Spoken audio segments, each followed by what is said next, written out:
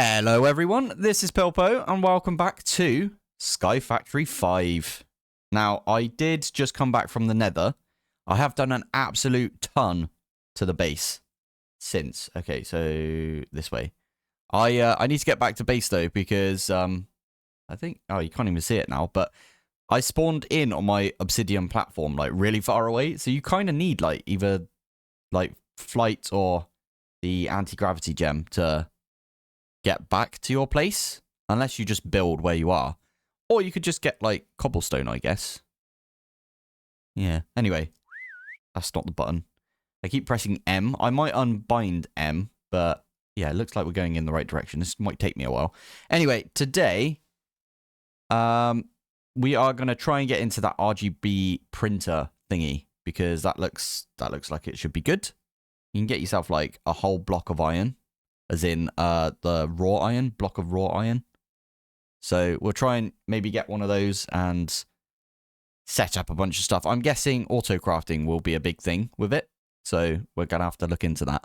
Here we go. We're nearly back. Now, I did do a few things. Like for the first thing I did was I actually put all of the planks and everything underneath. So all the colors are represented underneath as well. I didn't bother doing the logs around the edge because that's just too much effort. Yeah, I'd have to chop down the trees about 1,000,000 times again. I snazzied up this thing over here. So I started using some different types of concrete. I never really used concrete before. So, well, other than white concrete, but like different colors of concrete. I thought it'd be a good idea. So, yeah, move this down. And then this one, you are actually running out of cobblestone. Is that what's happening? Are you actually pulling the cobblestone out of here?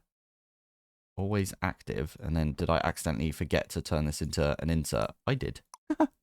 Brilliant. There you go. That's going to start going up again now. Fair enough. So, yeah, I did this. I've actually made these into the ender fluid conduits, which are like the better version of the fluid conduits.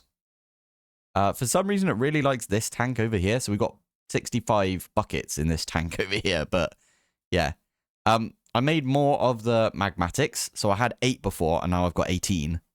But these ones don't have any integral components just yet. I do need to, like, add them.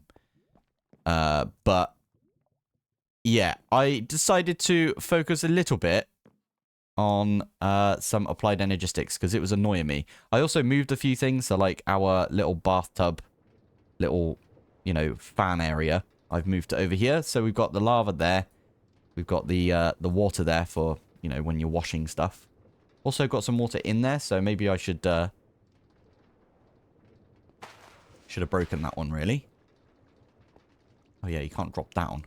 Now, I will admit, I'm not a massive fan of the anti-gravity gem. I would love to get just regular creative flight. So we're going to have to look into that later on.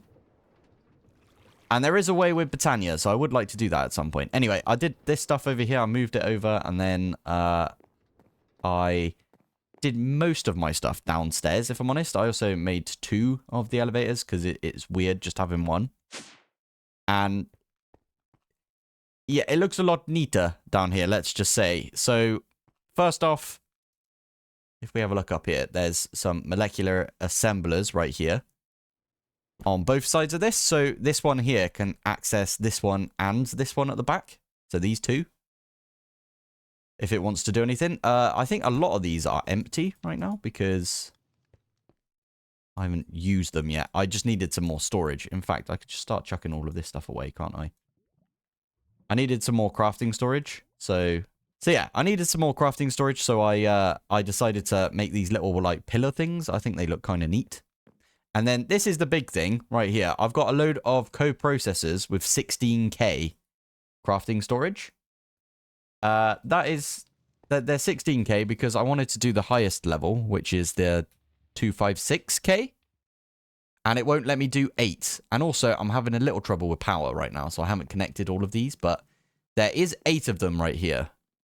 I thought that would look kind of cool, having 8 of them. So, yeah. Also, I forgot. Let me grab this. They look like TIE fighters when they're like this, a little bit.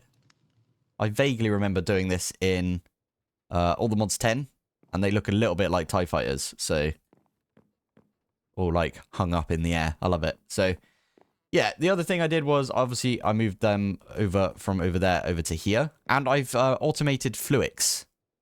Now this I thought was kind of clever. I don't know if it is clever or not, but what I'm using is an item collector. And if we have a look under here, there's some water in there, and we're using an open crate from Britannia. Now I had to go into Britannia like the most minuscule amount, so I think you guys like. Hopefully you guys don't mind that I went into Britannia a tiny bit. The open crate you have to, so if I do open, all you need is living wood planks. That's all I wanted was this one thing. So I did just go get some living wood planks. When we go into Britannia, I'll properly go over it with you guys. But this thing is so good because if you give it anything, it will drop it directly down. If you have a dispenser which is placed like looking down, and then you have like a little redstone pulse or something, sometimes the items go off to the sides, and it's kind of annoying. It wouldn't have been that bad, to be fair, over here, because it's all blocked in. But it's kind of annoying. Sometimes they just like decide to not go where you want them to go. Whereas the open crate is like perfect, because it goes directly down.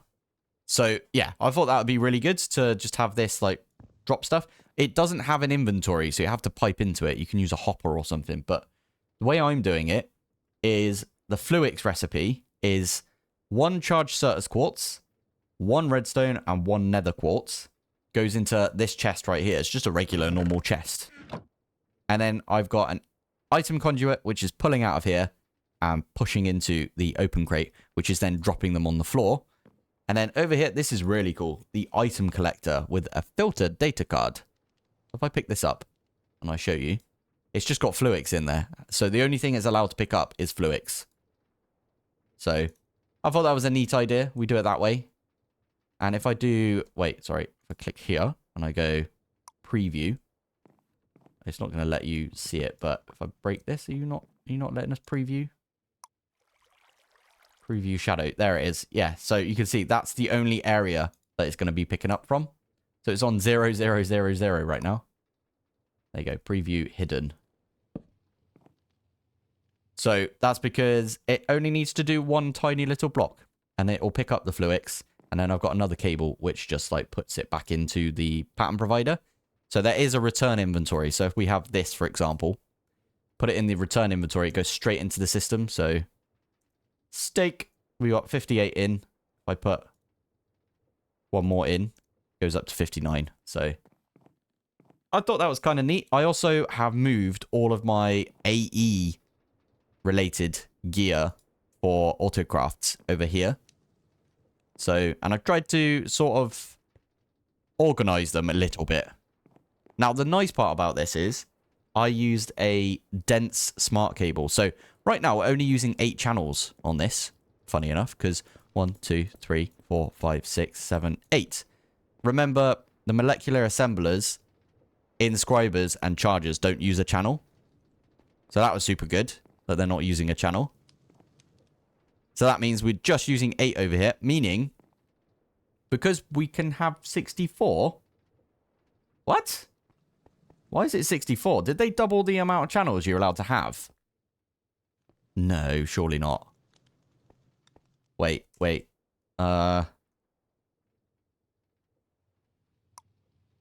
autocraft one of the... Okay, that was instant. Brilliant. If I do...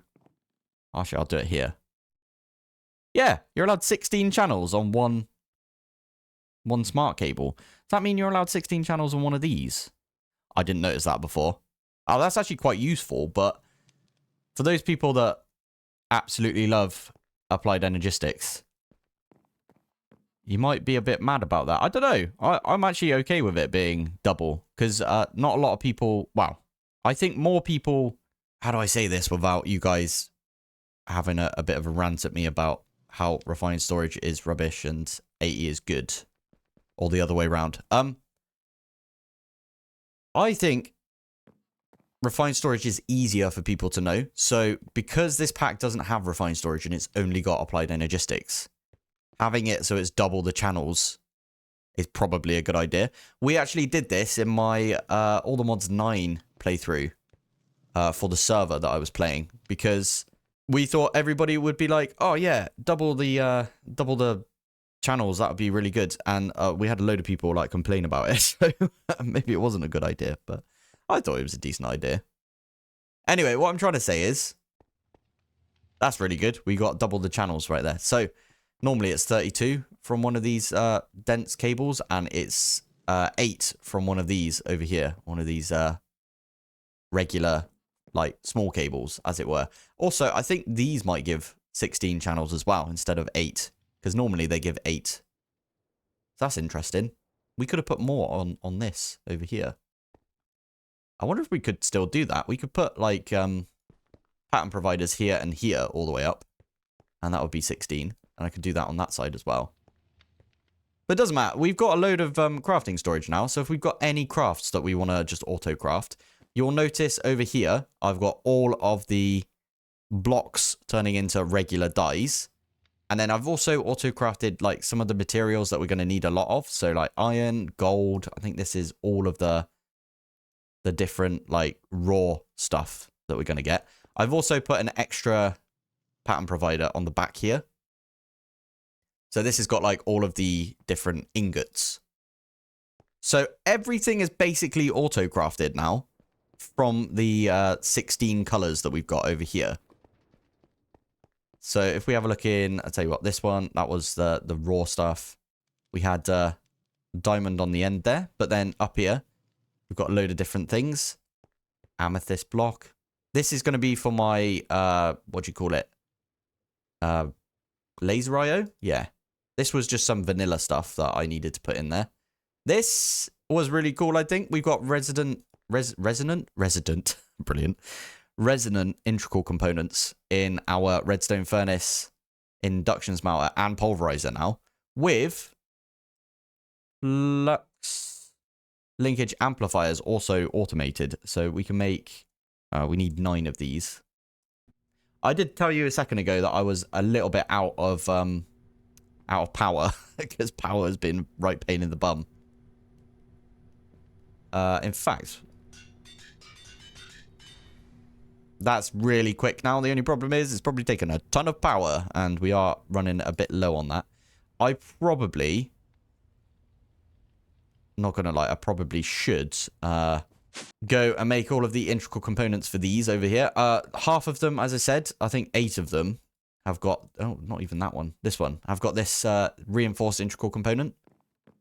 So we could do with getting more of those, I guess. But anyway, how much power is this taking right now? 512. That's not, or 522. That's not too bad. We should be happily supplying that amount of power. Oh, so I've talked about the elevators in a previous episode, I believe. But there is a thing on them. So if you right click, you can say what direction you'll end up facing when you go to them. So I'm looking over in that corner over there. That's fine. If I go back up, I'm again looking straight at the terminal right there. Thought that was pretty neat. I'm going to put these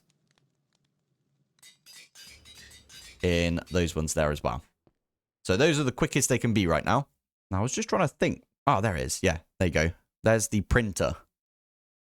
Oh yeah, and I've got jumbo tanks. So if you're looking for a tank to build and you've got like access to iron and everything's automated for iron, these jumbo tanks are absolutely amazing. They hold 1,028 buckets. I believe it's 1,028. Jumbo. 24. Why did I get 28 from? Weird. Anyway, they hold 1,024 buckets.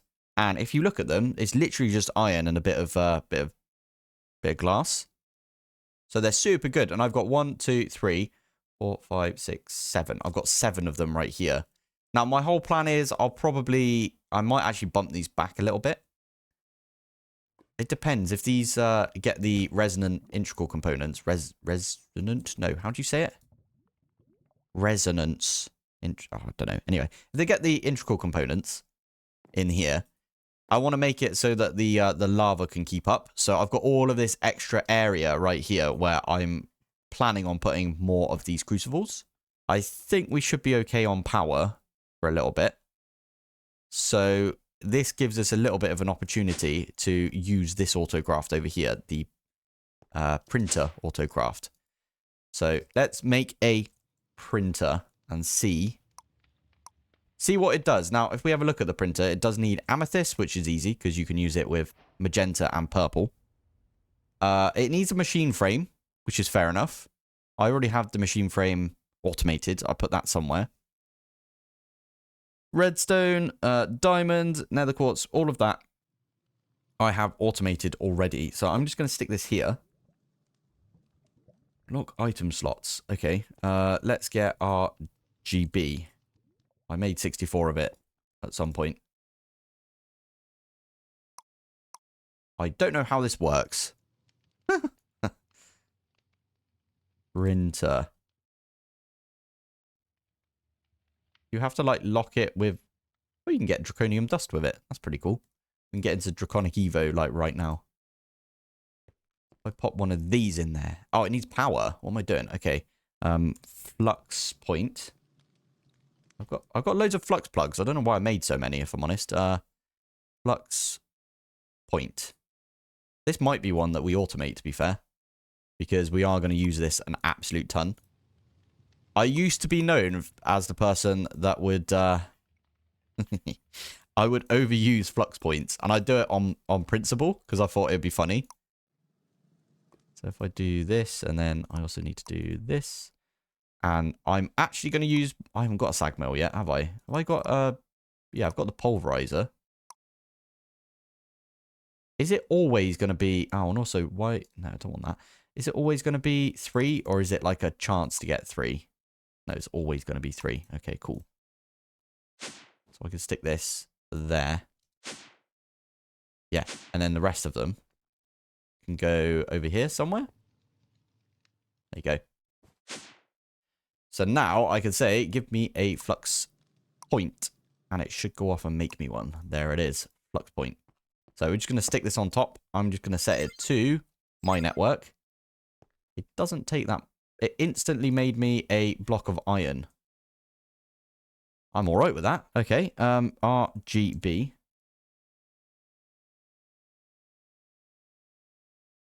How'd you get it to, like... I'm so... if I put it in the middle, is it different? It is different. What? Over there? Is it just different each time? What the heck is that? Is that andesite pebble? Okay, let's put, like, a bunch in. Fine. I think it might be random, right? Does that look random to you? Printer. Wow, there's a lot of stuff that it can print using this. Oh, I see why it's doing this. So, what about the block version? So you've got a chance to get draconium dust. Right, okay. A chance to get 9 amethyst shards as well.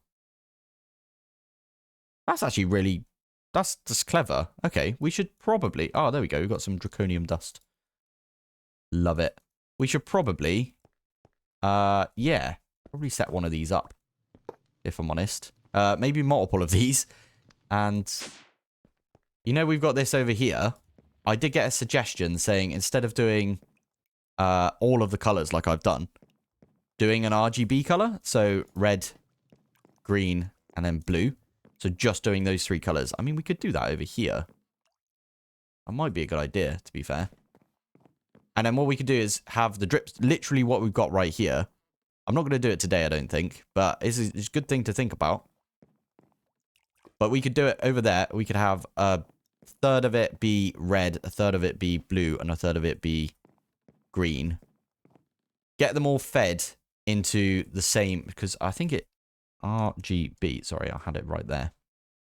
Yeah, you could just craft them up like this. So we could craft them up using a crafter from RF Tools. So just a tier 1 would do it. Ah, it uses the machine frame now. That's interesting. Actually makes more sense to use this, but we could even use the sequential fabricator, which is the one from Thermal Expansion. Interesting. But yeah, we could use this or whatever to auto-craft it up into the RGB, and then we could use a printer. And then I'm guessing the printer is just... Oh, you can use it for other stuff, like for other automations. Fair enough. Fair enough. We should have looked into this a bit earlier, I guess. I know a lot of people have already commented about this, so thank you for your comments. I probably should have looked into that first, but I think I'd already made this by the time I got the comments about it, so yeah. This is doing really well, by the way. If we have a look over here, we are well over 1,000 on each of these. I was like, have we got 1,000 when it comes to light blue? Because light blue is the one that I need a lot of because of AE at the moment. But it looks like it's faring well. So yeah, that was the... Okay, to be fair, I'm done with the printer now. That was my plan for the episode. Okay, I need to figure something else out. Right, I'm actually going to call the episode here for today. This is going to be a short episode for me. Normally, my episodes go between 30 and 45 minutes. Sometimes 50 minutes. But yeah, I'm trying to keep my episodes like relatively short. Let me know if that's something you guys like. I have already done like the thing that I thought of doing. So can you guess what I ended up doing? Ah, there's a spoiler in the background there. Right, let me... Okay, there we go. Yeah, so let me know what you think I ended up doing. I'll give you a clue. Transportation. Let's just say that. Anyway, I'm going to call the episode here for today. Thank you for watching. Thanks for joining. And I will see you in the next one. Bye.